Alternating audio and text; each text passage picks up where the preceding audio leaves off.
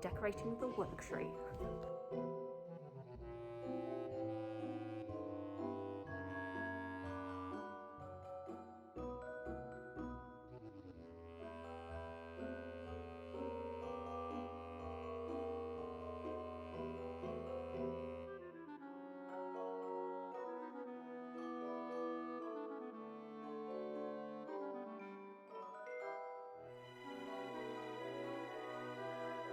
Hello guys, welcome to Vlogmas daily vlog 2. I don't think it's going to be day 2, but it is daily vlog 2. And as I mentioned, it's kind of a weird thing to do daily vlogs when you're at work for 8 hours of the day. And in fact, I'm actually working a little bit later tonight in the office. I'm just trying to wrap things up before I am off for a week. I'm meant to be off for the week that I'm doing my show, but I wanted to pop in and show you something quite exciting. So as you may know, I work at Princeton University Press. I got the job back in February. It's my first job in publishing. I work in their publicity department. And as I say, I've been working there since February, so almost 10 months now. And today we got a very exciting parcel, which was this book, Advances of Politics and Expertise, which have come from the US. And as you may have seen, when you open it up, I don't know if it shows, my name is in the credits.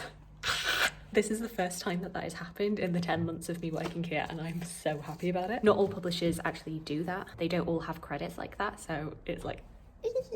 Also, whilst I'm in the office on my own, I want to take the opportunity to show you the lovely display bookcase. So basically, my office manager was like, hey Charlotte, do you want to organise the display shelves so that people will see as they first come through the door? And I was like, yes! Look at it, isn't it beautiful? Oh. So we've got a few of our big series here, then we've got some highlights from this current season, some of our catalogues, some of our Australian covers. Got a little shelf here that showcases the books that have popped up on the Best of 2021 lists recently. Some of our bestsellers, some of our nature books, and then some more here because it's kind of blocked by the Christmas tree right now. But I'm pretty pleased with this, and I'll just keep adding to it the more books that come in.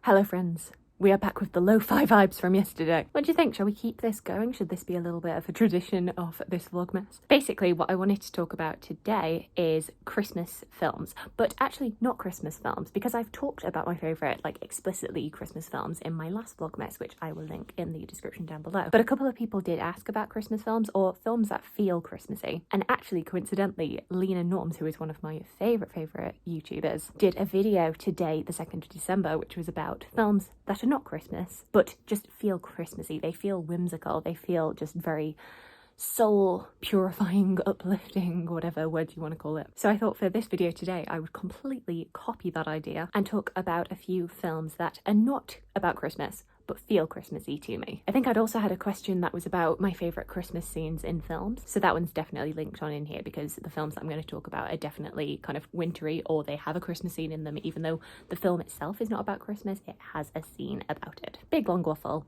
You get what I mean.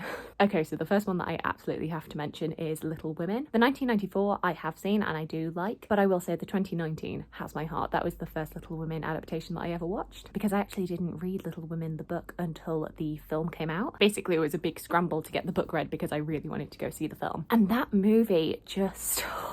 it wrecks me, guys. It honestly jumped into my top 10 films of all time. I just love that movie. I love how it's shot. I love how it deals with the book. I love how it breaks it up. I love how we jump between the two different timelines. And it just has this cozy, like heartwarming vibe. Also, like I say, it absolutely wrecks me. And basically from about 45 minutes into the movie, I am crying from there to the end. But it still warms my heart. And I think the Christmas scenes in that movie are just...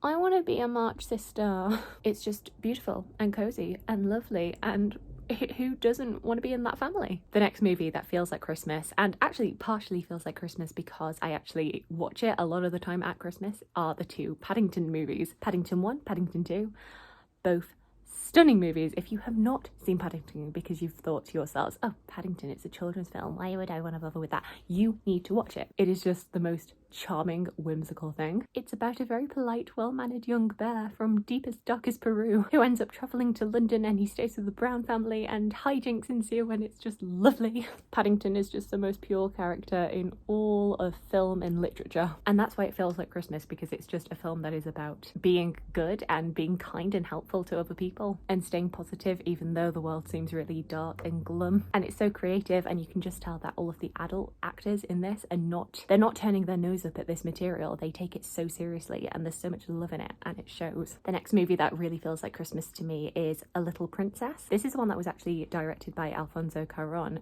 I think him having like loads of success. The most important film of his to me being Harry Potter and the Prisoner of Azkaban, of course, which is the best Harry Potter movie, don't at me. This is adapted from the Frances Hodgson Burnett book, all about young Sarah Crewe who goes to boarding school. She has this really fantastic father, fantastic relationship with her father, but he goes off to fight in the war. He's always instilled this idea in her that she is a little princess, and she has so much charm and confidence, and that really inspires the other girls at the boarding school. But then sadly she finds out that her father has passed away, that he's been killed in action, and suddenly her life takes a dramatic turn downwards, and she's no longer the prized student at this school. She is now a servant, and it's the story of her trying to regain her optimism and her inner belief in herself that she is a little princess. And oh my god, this movie, I think part of the reason I think of Christmas when I think of this film is that part of it is set in winter. I don't think there are any actual Christmas scenes, but it's definitely winter based. The film is set in New York, so you've got this lovely New York in wintertime vibe. There's lots of fur and velvet, but also it doesn't shy away from the darker aspects of that. When you're living in poverty in the winter, it doesn't shy away from that. But the people in this film who come out on top are the ones who show compassion and kindness, who are like the bright light in the darkness. And that's why I think of Christmas when I think of this film. Okay, so Bridget Jones is an all-year film, but it does feel especially Christmassy to me if I had to pick one time of the year to watch it. But let's just be clear, if it's on TV, I'm watching it. I think because New Year's Day features very prominently, you've got this real feeling of wanting to make resolutions, of wanting to be a better person, and then those resolutions falling spectacularly flat. Bridget is wanting to be better, but she's such a mess. But we love her for it. We find that endearing. She is a good person at heart, even though she messes up. And of course, you've got the Pride and Prejudice romance in there.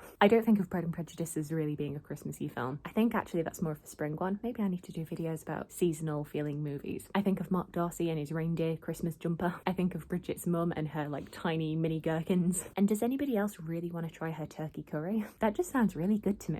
And then the last movie that I will mention that is not a Christmas film, but it feels like Christmas, is Anastasia. The animated Anastasia from 1997, I want to say. Is this movie historically accurate? No. Do I care?